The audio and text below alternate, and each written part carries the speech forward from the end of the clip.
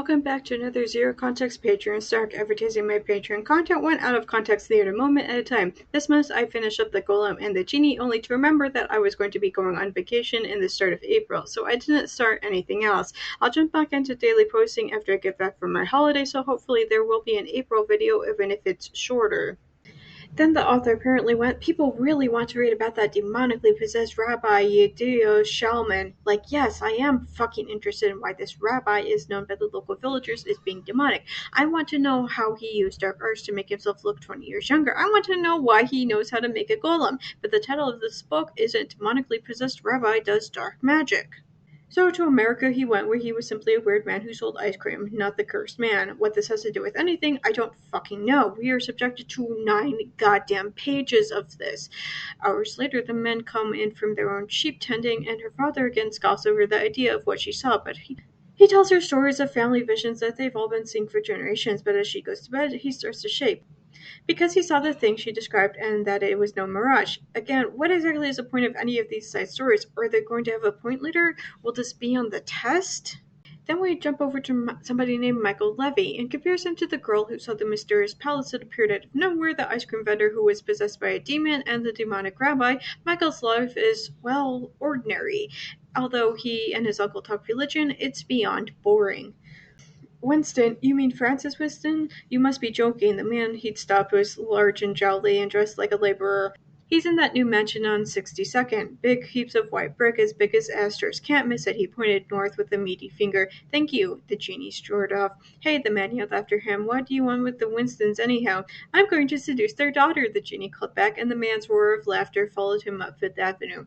10 out of 10, I'm loving this energy. No notes. He'd had plans to fill the other empty position, but within days of the new girl's appearance, the bakery was turning out its usual complacent of goods. One less worker meant that there was more space to move around, and they were saving nearly $11 a week in salary. He found the perfect worker in the form of a supernatural clay robot. Well, I'm sorry that we can't all be golems. Yes, I suppose you think little of handcuffs or a prison cell, but think of me, if not yourself. What if the police had chased you here to my shop? I would have been dragged into prison as well, and I can't melt through iron bars, my friend. The genie frowned. Why would you be arrested? Don't you understand? The police would round up everyone in Little Syria if the Winstons demanded it. He covered his face with his hands. My God, Sophia Winston, you'd bring the whole city down upon us. I love how in over 100 years, and literally nothing about this situation has changed. This could take place in 2024, and literally everybody would be like, rich pasty guy is upset that some ethnic man is hanging around his daughter, arrested. Yeah, that checks out. We jump back to the demonic Rabbi Yedea Shalman. He can't stop thinking about Otto and the golem he made, which he largely chalks up to how much emotional energy he poured into the thing. He eventually is like, oh well, back to finding out how to be immortal. By the way, I am 100% picturing him looking like Rasputin. I think you know why. But that night, he has a dream that Otto never made it to America, so when he wakes up, Shalman starts making plans to go to New York himself. Back with the genie, and I'm starting to wonder what the point of writing this even was. It's so tediously mundane in the worst way possible. The genie buys an umbrella. The genie buys a silver candlestick. The genie rejects a prostitute high in opium. So much happens within 3 pages, said not one single person ever. The young man nodded distantly at Michael and then went back to his silent watching, the Shurma, the vigil over the body, where at any other day of the week there would be a flurry of activity of men praying together, washing his uncle's body, sewing it into the shroud, but it was the Sabbath, a day of rest. Funeral arrangements were forbidden. I know, he said. Beneath Michael's grief he felt the familiar ire building against the religious restrictions. How well did the man in the bedroom know his uncle anyhow? What made him more worthy than Michael to go at the vigil? When is the funeral? She asked. Tomorrow. I won't be allowed, she said, as if to confirm it. No, he sighed. No woman. I wish it were otherwise. Full offense, but the book said it, not me. Over to Chava. She accidentally jabs the needle deep into her arm. She pulls it out, and within seconds the clay that is her heals over, and it's like nothing happened at all. She's then curious as to how far her clay body can take it, so she starts stabbing pins into herself and then using her boot to hammer them down as far as it can. Again, they all heal as soon as she takes them out. She's about to start using scissors when she stops herself and asks what she's been doing. She doesn't know how far her body can go. Ahmed tells her of his last time with the wizard, of how he doesn't know what he did for this man. If he had to kill millions, and simply doesn't even remember it. Chava asks why, more from the standpoint of not knowing how the world works. He proposes a scenario where she gets a new master who orders her to kill the people at the bakery, and that sends her down an anxious spiral where Otto had lived, and she'd come across the rabbi who'd helped her, but she ended up needing to kill him in order to keep her secret. This makes her cry out and attracts the attention of police officers. However, Chava acts like they simply had a lover spat, and they quickly leave the park. And he thought very highly of you. He called you a good man. He did. Why does that surprise you when you help so many? I turned my back on religion. How could he not feel they turned my back on him? It would be a sad world if the only thing that you see is a person's religion and not their actions. I'd rather see 100 people like Michael who strive to actually help other people than one self-absorbed religious person who thinks that they're doing good, but instead they're actually hoarding resources and turning away people in need. Ahmed takes Sela back to the coffee shop before he returns to his home. Arbely is waiting for him and explains what happened with Malouf. Ahmed is still kind of angry over the entire thing, but Arbely now wants to change their agreement to tinsmith and artist. Then Ahmed can work on pretty things and help Arbely out with mending from time to time.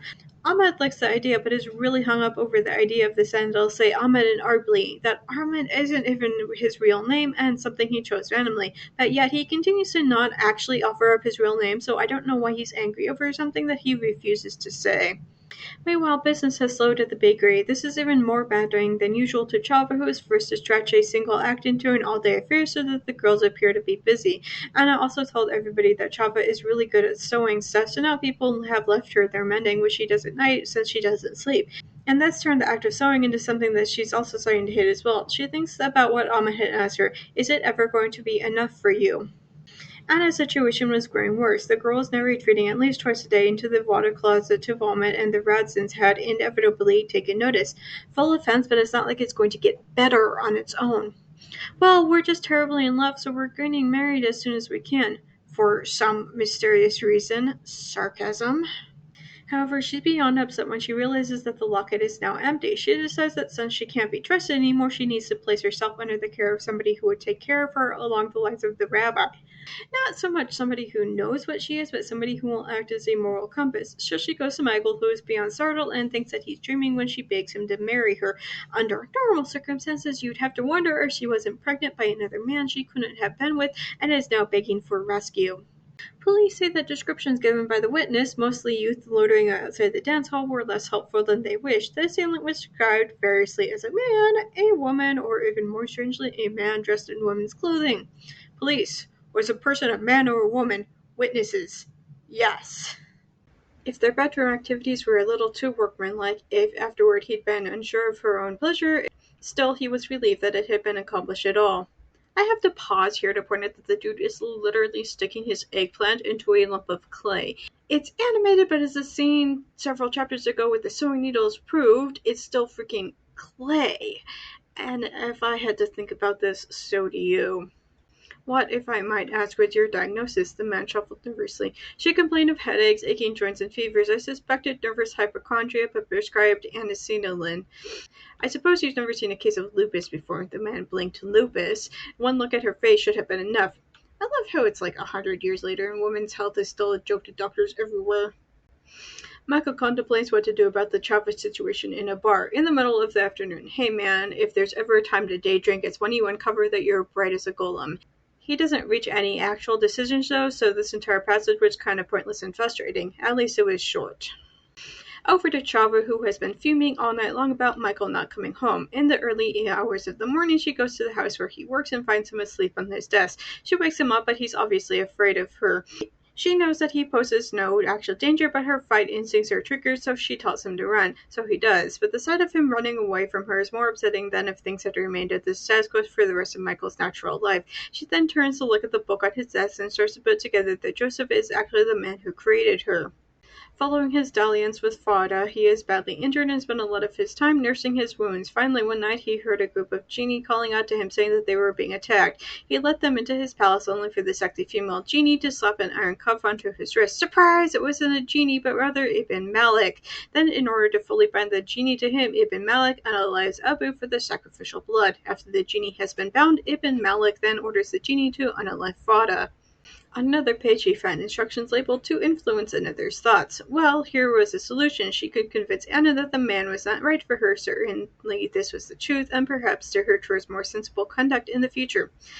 Honestly, I think that Anna has learned her lesson. I'm fairly certain that carrying this pregnancy determines exactly what she needs in order to live her life like a nun from here on out, or whatever the Jewish equivalent of being a nun is. I seriously don't know. Chava dumps Ahmed into the fireplace where his human clothing quickly burns up, leaving behind a beautiful man only. The rest of the Winston family is drawn by the commotion, but obviously have no idea what to make of a naked man in the middle of their fireplace. We jump over to Arbley, whom we haven't seen since he broke up with Ahmed several chapters ago. He's been kind of moping ever since and eventually went to the coffee shop simply to have other people around. After a while, Ahmed, Chava, and Salah come in where they take Arbley and Mariam into the back room where they explain what's been happening and what needs to be done. Arbley is uncertain if handing over the flask is the right move, but Mariam has no such doubts. For her, it's an old family heirloom that she's been hanging on to. For Ahmed, it could be the answer to his problems. Back to Salah, who blacks out for a second as Joseph says the words to put the genie back into the flask. He then realizes what it is and commits it to memory. He watches as Ahmed goes to say goodbye to Chava, grabs her necklace, which I think now has the command to end her once again, and runs off. Chava chases after him and knocks him to the floor. He then decides, well, I wasn't supposed to be alive. At least this way I'll choose my own exit, and goes racing out.